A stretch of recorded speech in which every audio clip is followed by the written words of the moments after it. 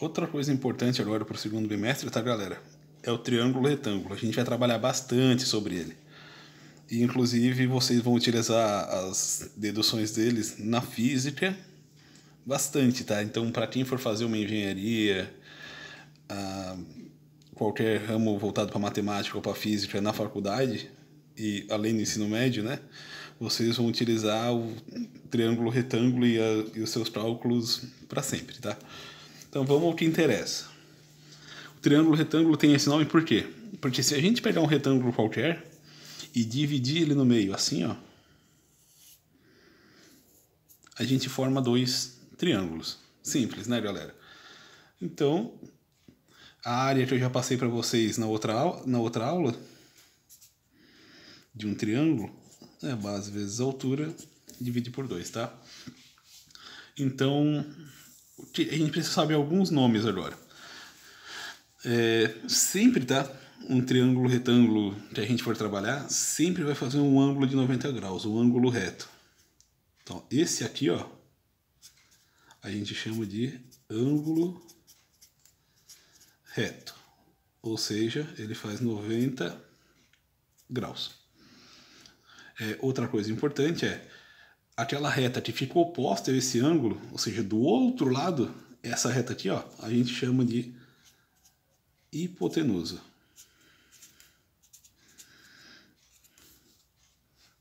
E essas duas outras retas, as duas retas que fazem o ângulo reto, a gente chama de cateto. Então, ó,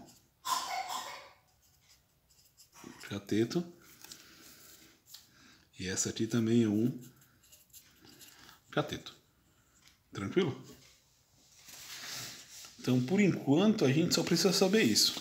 O que é uma hipotenusa, o que é um cateto, o que é um cateto. Identificar isso aqui, identificar que é uma hipotenusa, um cateto e outro cateto, é a primeira parte para a gente saber resolver qualquer problema que aparece com um triângulo retângulo, tá? Então, ó, vou mostrar algumas relações de um triângulo retângulo. Há muito tempo atrás, um tal de Pitágoras descobriu isso e a gente utiliza hoje, inclusive na física quântica e relativística, todo esse teorema de um triângulo retângulo aplicado na viagem no tempo, por exemplo. As relações entre os lados de um triângulo retângulo, tá? Então, a primeira coisa que eu falei para vocês identificar é sempre identificar a hipotenusa, que ela sempre é a reta oposta ao ângulo reto. Um cateto, vou chamar de C1, porque representa o cateto 1, tá? É um cateto. Esse H é da hipotenusa, que é a maior reta que a gente tem no triângulo. E eu vou chamar esse aqui de C2, que é o nosso cateto também, que é o outro cateto. Então ela tem dois catetos e uma hipotenusa. O teorema de Pitágoras, gravem isso, por favor, que é muito importante, tá? Ele diz que o quadrado da hipotenusa é igual à soma do primeiro cateto ao quadrado mais o outro cateto ao quadrado. Então, sempre que eu tiver, se eu souber, por exemplo, o valor do cateto 1 e o cateto 2, eu vou saber de cara a hipotenusa. Se eu souber uma hipotenusa e um cateto, eu vou saber o outro cateto. Então, a gente sempre vai saber dois para tentar descobrir o terceiro. Beleza? Então, essa formulazinha é importante. Vocês vão utilizar isso aqui para o resto da vida, pelo menos até o final do terceiro ano, tá? Uns exemplos que eu vou fazer aqui com vocês, ó. Eu tenho que um cateto vale 5. Desculpa, não devia ter falado cateto, né? Mas agora eu já falei. Primeira coisa que a gente tem que fazer, ó. Identificar onde está o ângulo reto. Identificar o que é hipotenusa, o que é um cateto. Identificamos então que, se aqui é o ângulo reto, o nosso x é a nossa hipotenusa. O nosso 5 é o C1 e o 12 é o C2. Beleza? A primeira parte é isso, identificar quais são os catetos e qual a hipotenusa. Depois que a gente identificou, substitui naquela fórmula aqui, ó. A mesma fórmula que a gente vai usar para sempre, tá? Agora com o teorema de Pitágoras. Substitui. Então, a nossa hipotenusa é o x, ó. No lugar do h, eu coloquei o x, então x ao quadrado é igual. O nosso C1 vale quanto? 5, que vai ao quadrado, mais 12 ao quadrado. Então, acompanhando, só substituímos os valores que a gente tem aqui na equação e vamos resolver. Então, x ao quadrado é 5 ao quadrado dá 25, mais 12 ao quadrado, 144, x ao quadrado, 25 mais 144, dá 169.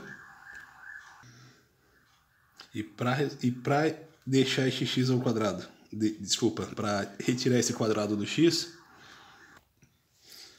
basta a gente fazer a operação inversa do expoente, né?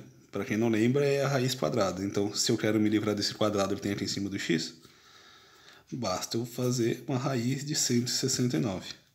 Raiz de 169 vale 13. Então, a nossa hipotenusa vale 13. Tranquilo? Fácil, né? Outro exemplo, ó. Vamos identificar o que é esse x. O x está do lado oposto ao ângulo de 90 graus, então ele é a nossa hipotenusa. Nosso 15 é o C1 e o 8 é o C2. Então, a mesma regra que a gente aplicou aqui, vamos aplicar nesse outro exemplo aqui, né? Ó, voltando, a fórmula é essa. Vamos achar o H. Temos o C1, temos o C2. Então, bora lá. H ao quadrado, que é o nosso x. X ao quadrado é igual 15 ao quadrado mais 8 ao quadrado. Então, x ao quadrado é igual 15 ao quadrado. 15 ao quadrado dá 225 mais 64. Então, somando esses dois aqui, a gente vai ter que x ao quadrado igual 289. Então, para a gente se livrar desse quadrado agora, faz a função inversa, que é a raiz quadrada, que nem a gente fez aqui no primeiro exemplo, ó. X igual a raiz de 289. Então, x igual esse valor dá 17. Então, a gente sabe que a nossa hipotenusa vale 17. Tá aí, tudo bem, né, galera? Tá fácil, tá de boa. Então, vamos para o último exemplo, ó. Eu tenho um 3, eu tenho um 5, eu tenho um x. Então, vamos identificar. O ângulo reto está aqui. O nosso 5 está do lado oposto, ele é a nossa hipotenusa. O 3 é um cateto e o x é o outro cateto. Ó o detalhe. Nos dois exemplos anteriores, o x era a hipotenusa. Agora, o x é um cateto, tá? Então, vamos substituir na fórmula. Ó, a hipotenusa a gente tem, um cateto a gente tem, falta outro cateto. Então, 5 ao quadrado é igual a 3 ao quadrado mais x ao quadrado, que a gente não sabe quanto é que é. 5 ao quadrado dá 25, igual 3 ao quadrado dá 9, mais x ao quadrado.